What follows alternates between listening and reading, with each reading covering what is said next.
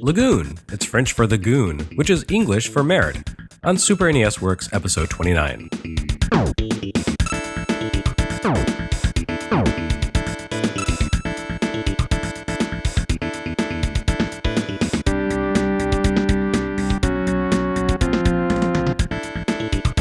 We come to our final game for Super NES 1991, and I'm sorry to say the console's strong start in the US didn't carry through into the final days of the year.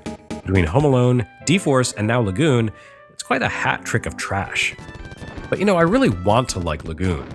The premise seems tailor-made for me to enjoy, especially now that I'm an adult with a better comprehension of the medium's history and the context to understand what Lagoon is all about. Sadly, simply knowing what Lagoon is all about does not make Lagoon good. Quite the contrary, really. If you know your action RPGs, Lagoon will read almost immediately upon launch. This is a game that really wants to be Falcom's Ys, almost shamelessly so. Unfortunately, developer Zoom and publisher Kemco made some tweaks to the Ys formula that do the experience no favors. The early Ys titles had their moments of frustration to be sure, but they were vastly more pleasant to play in their worst moments than Lagoon is at its best. Lagoon carries over many elements directly from Ys 1 and 2, beginning with the user interface. When you begin the game, you see 2 energy meters on permanent display at the bottom of the screen. One for protagonist Nasir's health, and one that reads enemy. The enemy meter is always empty outside of boss encounters, and Nasir's meter may as well be empty at the outside of the adventure. Rather than displaying his health with his current maximum as 100%, his health bar shows his current max relative to his potential maximum when he reaches the in-game level cap. Again, this is a quirk found in the early Ys games, and it pegs Lagoon instantly as a blatant clone of those classics. Also similar to Ys, Nasir's health constantly regenerates when you stand still, just like Adol's. In fact, unlike in Ys, your health even regenerates when you're inside of dungeons, which is good because otherwise this whole thing would be even harder than it already is.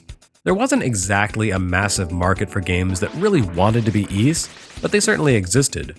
We'll see one of them down the road on NES Works with T&E Soft's Hydlide, which actually bears a lot of unfortunate similarities to Lagoon. In a lot of ways, Ys represents a different interpretation of the action RPG concepts laid down by Namco in the Tower of Jiraga, with its bump-based combat and emphasis on making a careful approach to enemies. We've explored the ways in which The Legend of Zelda plays like an update of Jiraga, and in a sense you could almost see Lagoon as an attempt to bridge the two. Unlike Adol, Nasir doesn't attack foes by simply bumping into them. Rather, you have an attack button, like Link, that allows you to actively swing your sword to strike foes. Now, historically, people who come into Ys games after experiencing Zelda tend to hate the bump attack concept. It requires careful positioning of your hero relative to foes, because you're making physical contact with a target and only a specific point of your body does damage, while the rest takes damage. Many are the players who have said, I'd like Ys more if only Adol could attack more normally. And indeed, Falcom embraced this viewpoint, beginning with Ys 6. But making an Ys-style game work with Zelda-style attack mechanics involves more than simply adding a sword-swinging action button, and Lagoon demonstrates this fact to chilling effect. Nasir can swing a sword like Link, and somehow it results in a vastly worse experience than either Zelda or Ys. The problem is that developer Zoom didn't rework the collision mechanics of Nasir's sword to account for the new attack style. He's limited to the same pitiful attack range as Adol in Ys, but unlike in Ys, or even Jiraga, you don't have the option to brandish your weapon at all times. As you swing your blade, it can only deliver damage to foes in the frames during which it's active. That means you have to jam up to enemies in order to attack them due to your short sword range, but the swing mechanic leaves you mostly vulnerable to them as you do. In connecting Ys and Zelda, Lagoon gives us the worst of both worlds. So why not just build Lagoon around Zelda-style combat in the first place, you may wonder, and reasonably so.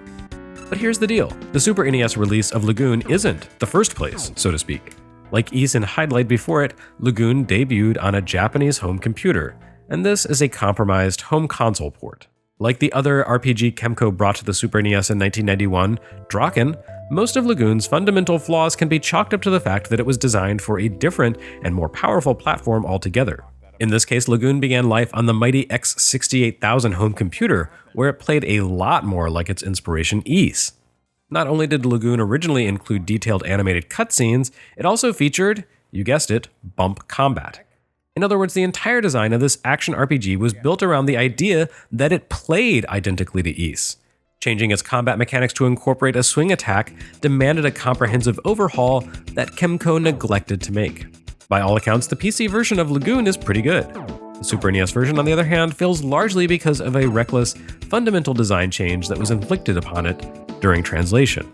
I hate to hammer too hard on this one point, but it seriously makes the act of playing Lagoon a miserable experience. The incredibly tiny range of Nasir's sword combines with the flimsy swing mechanic to give us a game that somehow manages to be less entertaining than, say, Roland's Curse on Game Boy. Every new section you reach in Lagoon comes with a commensurate leap in difficulty that sours any sense of triumph you experience when you conquer a challenge. You know that, having survived some trial, you're about to deal with some new fresh hell that will cause your recent accomplishments to collapse in on themselves. It doesn't help that Lagoon's designers don't seem to have understood the concept of mercy invincibility. This is also a carryover from Ys, but Ys tended to avoid pitting you against blindly aggressive enemies the way Lagoon does. The hardest enemies in the game are small, weak creatures that make a beeline for Nasir. The flimsiest monster in Lagoon can result in an almost instant game over if you aren't careful. Bad guys that smash into Nasir will drain his energy in a matter of seconds thanks to his lack of recovery time.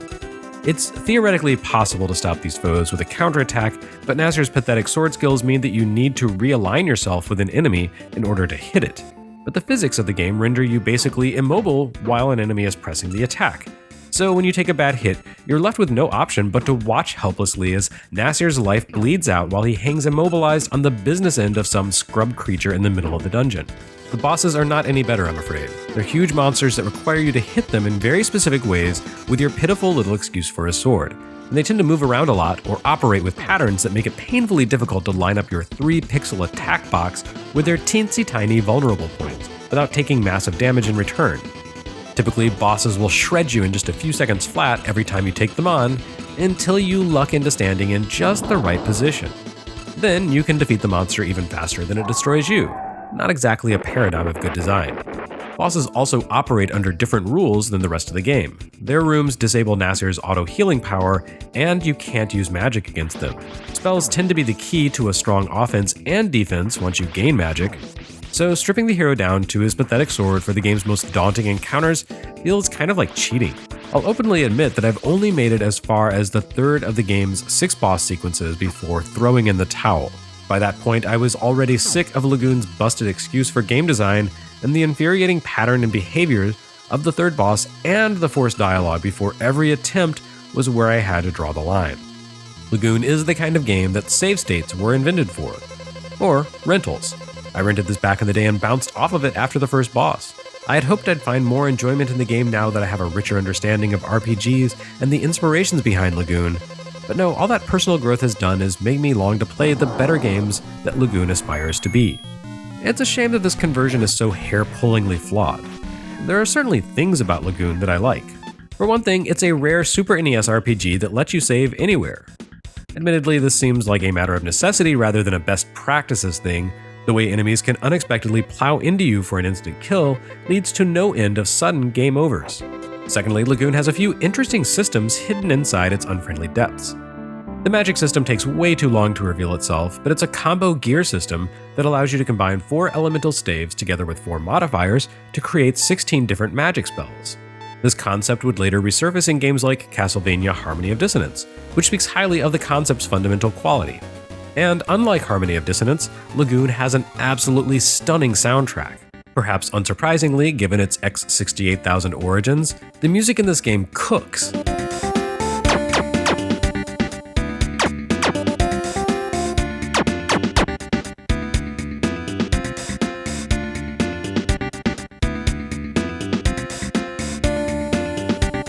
It's not too much of an exaggeration to say that in my darkest moments of frustration capturing video of this mess, the music alone is what powered me through my despair. But even a scorching prog rock soundtrack can't keep Lagoon from being a botch job of a Super NES conversion.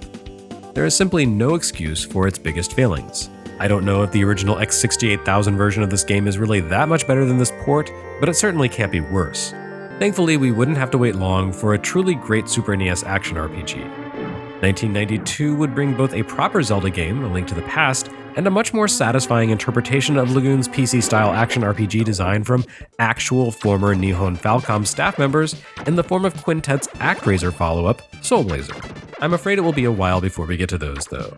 Super NES Works 1991 ends here, and it'll be a while before we venture into the system's 1992 lineup. But the good news is that 1992 will generally be a lot better than the last few releases that have wound down the console's first calendar year in the US, and good riddance to those.